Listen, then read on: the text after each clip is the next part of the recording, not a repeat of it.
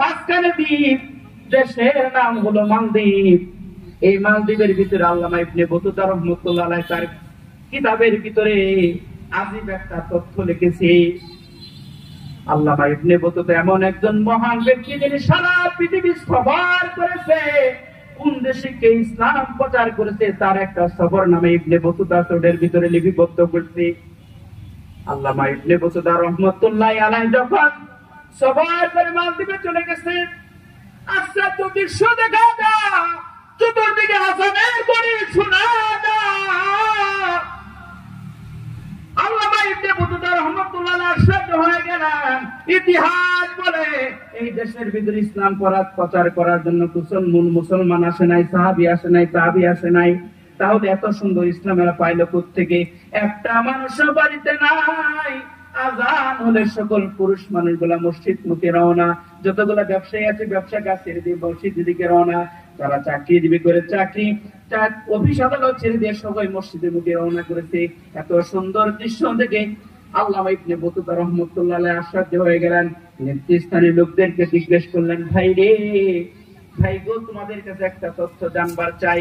ইতিহাস যতটুকু বলে তোমাদের দেশে ইসলাম প্রচার করার জন্য কেউ আসে নাই, তাহলে তোমরা তো সুন্দর ইসলামটা কোত্থেকে পাইলা? ইবনে বতুতা রাহমাতুল্লাহ আলাইহি বললেন, ও ইমাম, আমাদের দেশে ইসলাম আসার একটা করুণ ইতিহাস আছে। কি করুণ ইতিহাস শুনবার চাই? আমার দেশ থেকে একটা বাণিজ্যিক কাফেলা আমাদের দেশে ব্যবসার উদ্দেশ্যে রওনা করেছে, জাহাজে করে রওনা করেছে। কিন্তু আশ্চর্য বিষয় হলো, জাহাজটা যখন সাগরের মাঝখানে চলে আসছে, সমুদ্রের তুফানে কবলে পড়িয়া জাহাজটা বন্ধ হয়ে গেল। যত লোক ছিল সব মারা গেল, বুঝবার বাকি নাই। জাহাজের ভিতরে আর একটা মানুষও জীবিত নাই। কিন্তু ওই জাহাজের ভিতরে এমন একজন মহান ব্যক্তি ছিলেন, নাম তার হাফেজ আবুল বারাকাত। তার সিনার ভিতরে 30টা কোরআনের পারা ছিল। কোরআনের কত দাম, কত মূল্য! হাফেজ আবুল বারাকাত ডাকতে বলে, আল্লাহ, তোমার কালাম হাকিমে তুমি ইরশাদ করেছো, ইন্না নাহনু নাযালনা যিকরা ওয়া ইন্না লাহু লাহাফিজুন। আল্লাহ কোরআন তুমি নিজে নাযিল করেছো, সংরক্ষণের দায়িত্ব আল্লাহ তুমি নিজেই নিয়েছো। আমি একটা জিন্দা কোরআন, আমার সিনার ভিতরে 30টা কোরআনের পারা আছে। কোরআন তো আগুনে পুড়ে না, পানিতে উঠবে না। আল্লাহ, তুমি কি আমারে পানির ভিতরে ডুবায় ডুবায় মারবা? তুমি কি পারো না এই সমস্ত বাড়ি থেকে কোরআনের পাখিটাকে রক্ষা করতে? আল্লাহ এইভাবে কোরআন ভাবে আল্লাহর কাছে দোয়া করতেছে। আমার আল্লাহ রব্বুল আলামিন এই হাফেজে কোরআনের দোয়াকে কবুল করিয়া গায়বী ভাবে তার সামনে একটা তক্তা হাজির করে দিয়েছে। আওয়াজ করে বলা যাবে কি সুবহানাল্লাহ। কাদেরে কুদরতুদারি, কাদেরে কুদরতুদারি, हर्चे खाही आगुनी, मुर्दा राजा हम तो बख्शी, जिंदा ना बेचाकुनी, मुर्दा राजा हम तो बख्शी, जिंदा ना बेचाकुनी। इन्नाल्लाह अला कुल्ली शाइइन कादिर। আল্লাহ যা ইচ্ছে তাই করতে পারেন। এবার তক্তার উপর আরোহণ করলেন। এবার কিনারা পর্যন্ত চলে আসছে। কিনারায় ফেরার পর দেখতেছে শুধু মন্দির আর মন্দির। মুসলমানের বাচ্চা বলতে কেউ নাই, বুঝবার বাকি নাই। ধর্মীদের দখলে তুলি হাত তুলে আল্লাহর কাছে দোয়া করলেন, আল্লাহ তুমি আমাকে এমন একটা জায়গায় হাজির করেছো, এই জায়গার ভিতরে আমি ছাড়া দ্বিতীয় কোনো মুসলমান নাই। আল্লাহ তুমি আমাদের সাগরের ভিতরে বাঁচাইছো, তুমি কোন উসিলার মাধ্যমে বাঁচাইও।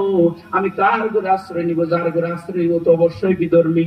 আল্লাহ যার দিলে, যার ঘরে ঢুকবো তার দিলে একটু দরদার মায়া দিও, অন্তত তার ঘরে যেন আশ্রয় পাই। এই কথাগুলো চিন্তা করে করে হাফেজ আবুল বারাকাত রওনা করেছে।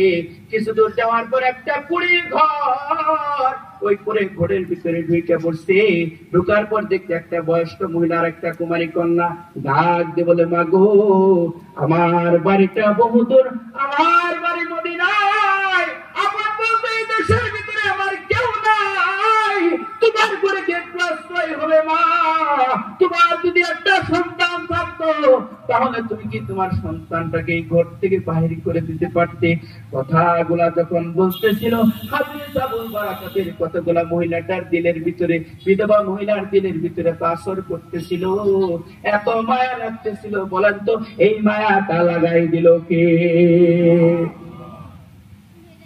মহিলাটা ডাকতে বলে, বাবা তুমি যে পরিচয় দিলা তুমি মুসলমান, তুমি হাফেজে কুরআন, তোমাকে যদি এখানে আশ্রয় দেওয়ার অপরাধের কারণে অপরাধে আমার কল্লা কাটা হবে, আমার মেয়ের কল্লা কাটা হবে, তোমার কল্লা কাটা হবে। কারণ আমরা এমন একটা দেশে বসবাস করি যে দেশের ভিতরে মুসলমান বলতে কেউ নাই, আমরা সবাই মূর্তির পূজা করি। তোমার আশ্রয় দিতে পারি, তুমি শর্ত হলো তুমি যে মুসলমান এটা পরিচয় গোপন রাখবা, কাউকে বলবো না। ঠিক আছে মা, কাউকে বলবো না। তবে মা তোমরা যে মূর্তির কাছে মাথাটা নত করো, আমি কিন্তু মাথাটা নত করতে পারবো না। আমার মাথাটা নত হবে একমাত্র আমার মালিক আল্লাহ। আওয়াজ করে বলা যাবে কি আল্লাহু আকবার? ঠিক আছে। হাফেজ আবুল বারাকাত ঘরের ভিতরে আশ্রয় নেওয়ার জন্য সব কিছু অ্যারেঞ্জমেন্ট হয়ে গেল। হঠাৎ করে হাফেজ আবুল বারাকাত ডাক দিয়ে বলে, মা তোমার সংসার কেমন করে চলে? বিধবা মহিলারা ডাক দিয়ে বলে, বাবা আমার স্বামীকে মারা গেছে, একটা মাত্র কন্যা, আমি জঙ্গলে জঙ্গলে কাঠ কেটে কেটে বিক্রি করে সংসার চালাই, আমি জঙ্গলে কাঠ কেটে কেটে সংসার চালাই, এটার দ্বারা আমি চাই আমার মেয়ে খা। হাফেজ আবুল বারাকাত বলে, আর তোমার কষ্ট করা লাগবে না মা, আজকের পর থেকে আমি জঙ্গলে জঙ্গলে কাঠ কেটে কেটে বিক্রি করে সংসারটা চালাবো, আর তোমাদের কোনো কষ্ট করতে হবে না। মহিলাটা বড় খুশি হয়ে গেলেন। হাফেজ আবুল বারাকাত সংসারের দায়িত্ব নিলেন। জঙ্গলে জঙ্গলে কাঠ কেটে কেটে বিক্রি করে সংসার চালাইতেছিল, ভালোই চলতেছিল। হঠাৎ করে একদিন হাফেজ আবুল বারাকাত ঘরের ভিতরে ঢুকছেন। মাটাও কান্দে, মেয়েটাও কান্দে, প্রতিবেশী সবার চোখের ভিতরে পানি দেখা দেয়।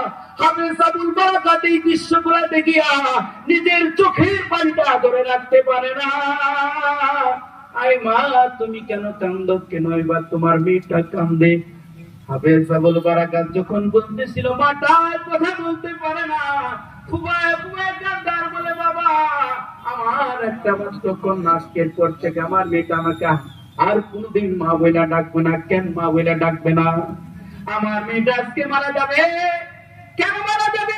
ও মা তোমার মেয়ে কি সুস্থ করে না? সুস্থ, কোন অপরাধ করেছে না, কোন অপরাধ করে নাই, তাহলে কেন মারা যাবে? এবার বিধবা মহিলাটা ডাকতে বলে, বাবা আমাদের দেশের একটা আজব নীতি আছে। কি নীতি? এই দেশের ভিতরে ওই যে সাগর আছে, সাগরের ভিতরে একটা খারাপ জিন আছে। ওই জিন আমাদের দেশের মানুষদেরকে মেরে ফেলে, ক্ষয়ক্ষতি করে ফেলে। এই কারণে ওই খারাপ জিনের সাথে চুক্তি হয়েছে, প্রতি বছর অমাবস্যা রাত্রে সাগরের পারে যে বিশাল বড় মন্দির আছে, ওই মন্দিরের ভিতরে একটা কুমারী কন্যা দেওয়া হবে। ওই মেয়েটার সাথে যা ইচ্ছে তা করে মেয়েটাকে মেরে ফেলে চলে যাবে। বিনিময়ে একটা বছর আর কোন মানুষকে ক্ষয়ক্ষতি করবে না। অন্যথায় মানুষদেরকে জেলেদেরকে মেরে ফেলে, সাগরের পারে মানুষ গেলে মেরে ফেলে। অন্তত একটা মেয়ের কারণে একটা বছর আমরা নিরাপদে থাকতে পারি। সিস্টেমটা হলো, এই দেশের ভিতরে যতগুলা কুমারী কন্যা আছে তাদের নামের তালিকা করা হয়, নটারি করা হয়। নটারির ভিতরে যার নামটা চলে আসে তাকে মন্দিরে দেওয়া লাগে।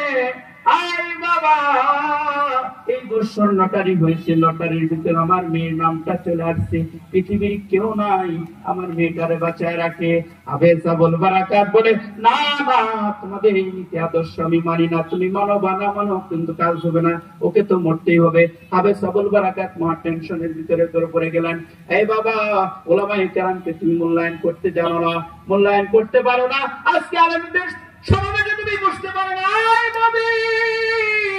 তুমি কি জানো কালকে আমাদের ময়দানে আমার আল্লাহ আলেমদের ব্যাপারে তথ্য দিবে না। আলেমরা তোমরা সরাসরি জান্নাতে চলে যাও। সুবহানাল্লাহ জোরে বল। জান্নাতে যাওয়া হবে, সারি সারি লাইন করা হবে। হঠাৎ করে একজন দর বলল, হুজুর আমি দেখেন না অপরাধী হয়ে গেছি, জাহান্নামী, একটু সুপারিশ করেন, আল্লাহ যাতে আমার জান্নাত দিয়ে দেয়। স্বার্থপরের মতো হুজুর এবার জান্নাতে যাবে না। সুপারিশ করবে, আল্লাহ সেই সুপারিশকে গ্রহণ করবে, লোকটারও জান্নাত দিবে। চিল্লায় বলেন না সুবহানাল্লাহ। এবার হাফেজ আবুল বারাকাত চিন্তা করতেছি, এদের ঘরে থাকলাম, এদের ঘরে আশ্রয় নিলাম, এত বড় বিপদ, না না, এই বিপদ আমি হইতে দিব না, অন্তত এই মেয়ের জীবনটা আমি রক্ষা করব। কৌশল খাটাইতেছেন, কি কৌশল করা যায়। হঠাৎ করে তার মাথার ভিতর বুদ্ধি চলে আসছে, আরে আমার তো এখন পর্যন্ত দাড়ি মুছ গজাই নাই, এখন পর্যন্ত দাড়ি মুছ গজাই নাই, এই মেয়ের চেহারার সাথে আমার চেহারার মিল আছে। ডাকতে বলাই, মা তোমার মেয়েটা মন্দিরের ভিতরে ঢুকবে না, তোমার মেয়ের কাপড় গুলো আমার পরাইয়া দাও, আমি মন্দিরের ভিতরে ঢুকবো, আমি মেয়ের সাথে মন্দিরে ঢুকবো। না না বাবা, তা হয় না, আজ পর্যন্ত ওই মন্দিরের ভিতরে কেউ জীবিত ফিরে নাই, তুমিও ফিরবে না বাবা, আমি মা হয়ে এই কাজ করতে দিব না। আমি কবুল করে দাও। ডাকতে বলাই, মা তোমরা ইসলাম ধর্ম সম্পর্কে তোমাদের ধারণা নাই, কুরআন সম্পর্কে তোমাদের কোনো ধারণা নাই। আই মা, তুমি তো জানো না জাহাজের ভিতরে কত লোক ছিল, সমস্ত লোকের ভিড়ে আমার আল্লাহ রাব্বুল আলামিন আল্লাহর কোরআনের বদৌলতে আমারে বাঁচায় দিয়েছে। আমার মন বলে যে আল্লাহ সাগরের ভিতরে কোরআনের কারণে বাঁচায় দিয়েছে, মন্দিরের ভিতরে আমার আল্লাহ কোরআনের কারণেও আমারে বাঁচায় দিবে। আওয়াজ করে বলা যাবে কি সুবহানাল্লাহ। এখন হাফেজ আবুল বারাকাত বিদায় চাচ্ছে, বিদায় দেয় না, কাপড় চা দেয় না, মেয়েকে ডাকতে বলে, এই বোন আমার তোর কাপড় গুলো আমার দে, তুই আমি থাকবো আর তুই মারা যাবে, তা হইতেই পারে না। মেয়েটা ডাকতে বলে, ভাইয়া রে কেন তুমি পাগলামি করতেছো, আমার কারণে কেন তুমি মৃত্যুর ঝুঁকি নিতে চাও?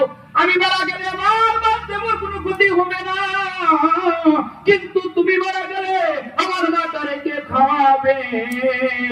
না ভাইয়া তা হয় না, চির বিদায় দিয়ে দাও, তবে তোমার কাছে একটা আবদার করে যাই, আমি মারা গেলে আমার মার দুনিয়াতে কেউ থাকবে না, কেউ থাকবে না, অন্তত আমার মাডার তুমি দেখে রাখো, মৌত পর্যন্ত তার দেখাশোনা করো, বিদায় দাও ভাইয়া রে। কথাগুলা যখন বলতেছিল হাফেজ আবুল বারাকাতের চোখের পানি ধরে রাখতে পারে না, বেটাকে ডাকতে বলে, তোর কাপড় গুলো আমার দেখো। না না, দিব না। হাফেজ আবুল বারাকাত এবার জোর করে কাপড় গুলা সিনায় আনে, কাপড় গুলা সিনায় লইয়া একটা মেয়ে সাইডা যেমন করে সাজার দরকার অমন করে সাইডা সে মন্দিরের দিকে রওনা করেছে। পিছনের দিকে নজর করে না, হঠাৎ করে পিছনের দিকে নজর করেছে বিধবা অসহায় মহিলা। হাফেজ আবুল বারাকাতের চোখের সাথে চোখটা পড়ে গেছে, আর উচ্চারণ করতে পারে নাই, একটা চিৎকার মেরে মাটির জমিনের ভিতরে পড়ে গেছে। হাফেজ আবুল বারাকাত তাকে মহিলা হুশ করে বলতেছে, আই মা এমন করুণ বিদায় মানাই না, তুমি হাসি মুখে বিদায় দাও, টেনশন করো না, আমার আল্লাহ আমার ঠিকই ফিরায় নিয়ে আসবে। আওয়াজ করে বলা যাবে কি সুবহানাল্লাহ। দুনিয়ার জিন্দেগির ভিতরে প্রত্যেকটা মাই তার সন্তানকে নিজের জীবনের চেয়েও বেশি ভালোবাসে। আল্লামা নকশবন্দি রহমাতুল্লাহ আলাইহি লেখেন, একজন সন্তান বাবার একমাত্র সন্তান নিজের সন্তানটাকে সমাজের কাছে উঁচু করে তোলার জন্য অল্প জায়গা জমি আছে, হত দরিদ্র বাবা চিন্তা করলো এই অল্প জায়গা দিয়ে আমার সন্তানকে সামাজিক ভাবে উঁচু করে দাঁড় করানো যাবে না। স্বামীকে পরামর্শ দিলেন, আমার সন্তানটাকে জায়গা জমি বিক্রি করে বিদেশ প্রেরণ করে টাকা উপার্জন করে সে সমাজের মুখে মানুষের মতো মানুষ হয়ে দাঁড়াইতে পারবে। চিন্তা ভাবনা করে সন্তানটাকে বিদেশ প্রেরণ করা হলো। বিদেশে যাওয়ার পর চিঠির মাধ্যমে আদান প্রদান হয়। কিছুদিন পর সন্তানটা বাবা মাকে ভুলে গেল, বাবার কথার স্মরণ নাই, এখন শুধু তার চিন্তা করে গেছে অন্য ওই জায়গার ভিতরে একটা মহিলার সাথে পরিচয় হয়ে গেছে। মহিলা তার নিজের মেয়েটাকে তার পিছনে লাগাইতে ভালো রোজগার করেন, একটা পর্যায়ে তার সাথে বিবাহ, এখন আর খোঁজ খবর নেয় না।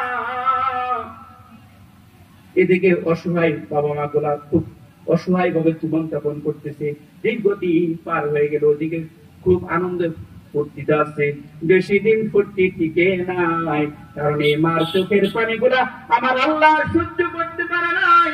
হঠাৎ করে যুবকের এমন একটা রোগ হয়ে গেল, যে রোগের কারণে তার যৌনাঙ্গটা কেটে ফেলা লাগলো। ডাক্তার পরামর্শ দিল, আপনার স্বামীকে বাঁচানো যাবে না, যদি না আপনার স্বামীর যৌনাঙ্গটা কেটে না ফেলা হয়। তাই করা হলো। আবেগের চোখে কাটছে, কিন্তু কিছুদিন পর এখন আর স্বামীরে ভালো লাগে না। মাত্র যুবতী, তোমার মতো স্বামী আমার দরকার নাই। অসহায় যুবকটা কোথায় যাবে? শাশুড়িও বলে যাও তুমি চলে যাও, শ্বশুরও বলে চলে যাও, স্ত্রীও বলে চলে যাও। আপন বলতে এখন যাদেরকে আপন মনে করেছিল সবাই তাকে দূর দূর করে তাড়া দেয়। লক্ষ লক্ষ টাকা উপার্জন করেছে, টাকা ফেরত দেয় না। মহা চিন্তায় পড়ে গেল, কোথায় যাবে, কার কাছে যাবো, যাওয়ার জায়গা নাই। হঠাৎ করে তার মাথার ভিতরে বুদ্ধি চলে আসলো, আরে যদি এতদি কামড়ে তোরে যাও, খোলানা থেকে আবার মার করে দেয়, হয়তো বা আমার মতো কুলাঙ্গার সন্তানের জন্য খুলেছে। এই চিন্তা করে সে তার মার বাড়ির দিকে রওনা করেছে। কিন্তু আশ্চর্যের বিষয় হলো, বাড়িতে যাওয়ার পর দেখতেছে ওই জায়গায় বাড়ি না, একটা আঙ্গুরের বিশাল বড় বাগান। ওখানে একজন রাখাল আছে, আল্লাহ মানবসবন্দি রহমতুল্লাহ আলাইহি লেখেন, ওই রাখাল আঙ্গুরের বাগানটা পরিষ্কার করতেছিল। এবার যুবক যা জিজ্ঞেস করে, এটা অমুকের বাড়ি নয় কি? না না, এটা তো আমার মালিকের জায়গা, দেখুন আঙ্গুরের বাগান। কই তোমার মালিক কি জায়গাটা ক্রয় করেছে? কই হ্যাঁ ক্রয় করেছে। কই যাদের কাছ থেকে ক্রয় করেছে তারা কোথায়? হতভাগা, শুনেছি তার একটা কুলাঙ্গার সন্তান ছিল, নিজের জায়গা জমি বিক্রি করে বিদেশ প্রেরণ করেছে, কিন্তু সন্তান বাবার খোঁজখবর নেয়। লোকটার বড় কঠিন রোগ আক্রান্ত হয়ে গেল। নিজের বিবি স্বামীকে বাঁচানোর জন্য ভিটাটা পর্যন্ত বিক্রি করেছে, কিন্তু স্বামীকে বাঁচাইতে পারে নাই। সন্তান জিজ্ঞেস করে, তাহলে ওই অবস্থা এখন বিবি মহিলার অবস্থাটা কোথায়? মহিলাজন কোথায়? লোকটার বুঝবার বাকি নাই, এটাই হয়তো বা কুলাঙ্গার সন্তান। এবার ইশারা করে দেখায়, ওই যে দেখা যায় নদীর কিনারায় যে একটা কুড়ে ঘর দেখা যায়, এটা হলো বৃদ্ধা মহিলার বাড়ি। চোখ দুটা বন্ধ হয়ে গেছে। ওই সন্তানটার জন্য কাঁদতে কাঁদতে তার চোখের আলো নেমে গেছে।